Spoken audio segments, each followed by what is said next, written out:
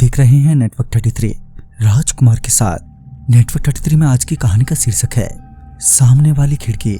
तो चलिए बढ़ते हैं आज की कहानी की ओर। दोस्तों, बिरजेश की अचानक ही तबीयत बिगड़ गई थी।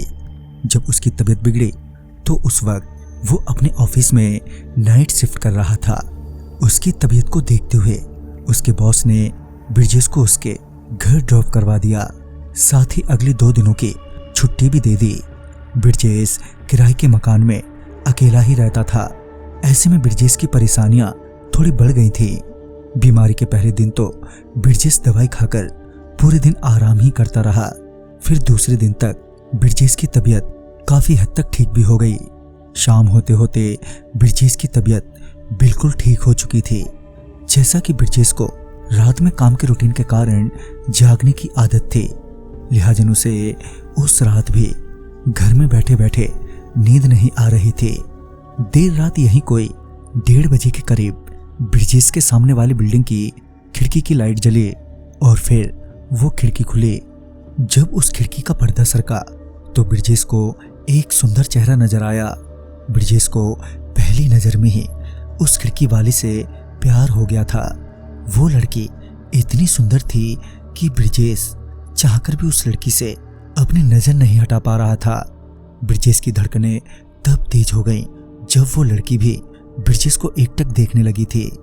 बिरजेश देर रात तक उस खिड़की की ओर ही देखता रहा और इस बीच आंख कब लग गई उसे पता ही नहीं चला। सुबह जब उसकी आंख खुली तो उसने देखा कि वो खिड़की बंद है। बिरजेश दिन भर रह रहकर उस खिड़की की ओर देखता ही रहा, ये सोचकर कि अब खिड़की खुलेगी, मगर अब तक शाम भी हो चुकी थी पर वो खिड़की अभी भी बंद ही थी और अब वक्त हो चुका था बिरजेश की नाइट शिफ्ट का। वो अभी भी इसी दुविधा में ही था कि वो अब काम के लिए निकले या फिर खिड़की खुलने का इंतजार करता रहे। आखिरकार बिरजेश दिल के हाथों मजबूर होकर ऑफिस फोन करता है कि मेरी तबीयत अभी ठीक नहीं हुई है और मैं आज ऑफिस नहीं आ पाऊंगा। अब तक रात के 9:30 बज चुके थे मगर बिरजेश बेचैनी से उस खिड़की की ओर ही देखे जा रहा था। अब कहीं ना कहीं बिरजेश मायूस होने लगा था कि तभी उसके फोन की रिंग बजी। फोन पर उसका दोस्त रंजन था, जिसने बिरजेश से कहा, हेलो यार, आज रात का खाना कहीं बाहर खाकर आए? रंजन की बातें सुनकर बिरजेश ने सोचा, ये खिड़की वाली का तो पता नहीं, कहीं इसके चक्कर में मैं भूखा ही ना रह जाऊं। लिहाजन बिरजेश रंजन के साथ रात के खाने के लिए निकल जाता है। खाने के बाद यहाँ वहाँ की बातों में कब रात के 1 बज गए उसे पता ही नहीं चला। तकरीबन रात के 1:30 बजे बिरजेश अपने कमरे पर लौटा। जब बिरजेश अपने कमरे का दरवाजा खोल रहा था तो उसका ध्यान पीछे से आ रही रोशनी पर गया। जब उसने पीछे मुड़कर देखा तो पाया कि वो खिड़की खुली हुई थी। उस कमरे की रोशनी देखकर बिरजेश को लगा कि चलो, आखिरकार ऊपर वाले ने उसकी सुन ही ली। वो खिड़की बिरजेश के बालकोनी से बहुत सटा हुआ था, लिहाजन बिरजेश उस लड़की के दर्शन के लिए अपनी बालकोनी की ओर बढ़ा, इस उम्मीद में कि शायद आज भी नजरों से नजरें मिलेंगी। कुछ देर तक बालकोनी में खड़े होने के बाद भी जब उस लड़की के दर्शन नहीं हुए तो बिरजेश बालकोनी के रेलिंग पर खड़े होकर उस कमरे के भीतर झांकने लगा था, मगर बिरजेश को तब भी वो लड़की कहीं नजर नहीं आई। बिरजेश बालकोनी की रेलिंग से उतरकर अपने कमरे की ओर बढ़ा ही था कि किसी की पीछे से हंसने की आवाज आई। जब बिरजेश ने पीछे पलटकर देखा तो पाया कि वही लड़की खिड़की पर खड़ी थी, जो बिरजेश को देखकर मुस्कुरा रही थी। लड़की को मुस्कुराते देख बिरजेश को लगा कि शायद लड़की की भी हाँ है। बिरजेश उस लड़की से बात करने के लिए उसकी ओर बढ़ा ही था कि बिरजेश को अपनी ओर आते देख वो लड़की उस रूम से निकलकर दूसरे रूम में चली गई। बिरजेश फिर से रेलिंग पर खड़ा होकर उस कमरे के भीतर झांकने लगा।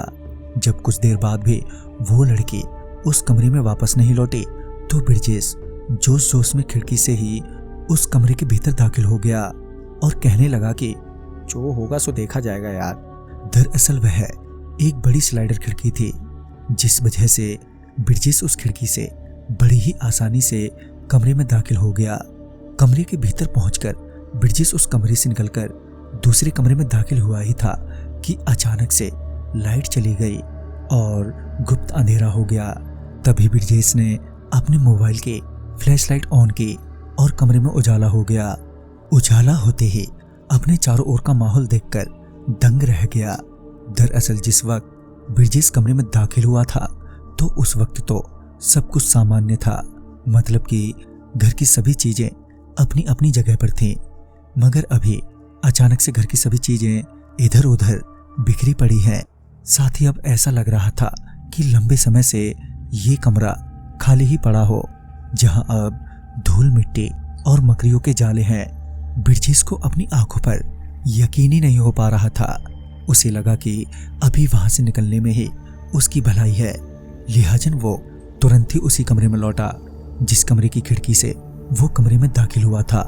मगर ब्रिजेश तब बुरी तरह डर गया जब उस कमरे में वो खिड़की भी नहीं मिली। अब ये साफ हो चुका था कि ब्रिजेश किसी ऊपरी शक्ति के जाल में फंस चुका है, क्योंकि अब ब्रिजेश खिड़की से बाहर नहीं आ सकता था। लिहाजन वह सीढ़ियों से होते हुए ग्राउंड फ्लोर पर पहुंचा ताकि वो मेन गेट से बाहर निकल सके।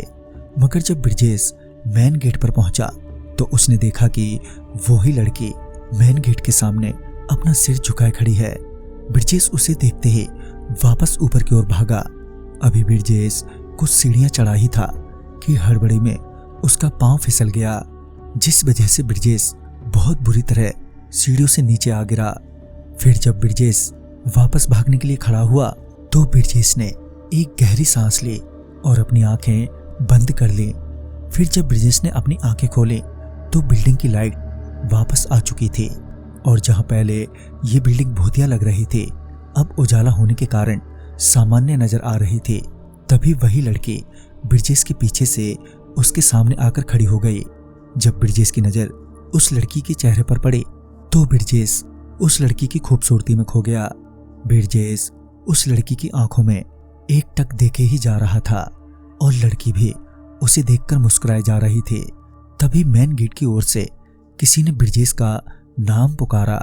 जैसे ही ब्रिजेश ने उस लड़की के चेहरे से नजर हटाकर मेन गेट की ओर देखा तो दोस्तों मेन गेट पर कौन था और क्या ब्रिजेश इस मुसीबत से बच पाएगा, ये जानने के लिए देखना ना भूलें इस कहानी का अंतिम भाग कल रात 9 बजे। तो वीडियो आपको अच्छा लगा हो तो लाइक शेयर करें और साथ ही हमें कमेंट बॉक्स में जरूर बताएं। तो मैं आपका दोस्त राजकुमार जल्द ही मिलूंगा इस कहानी के अंतिम भाग के साथ। तब तक के लिए बाय एंड टेक केयर।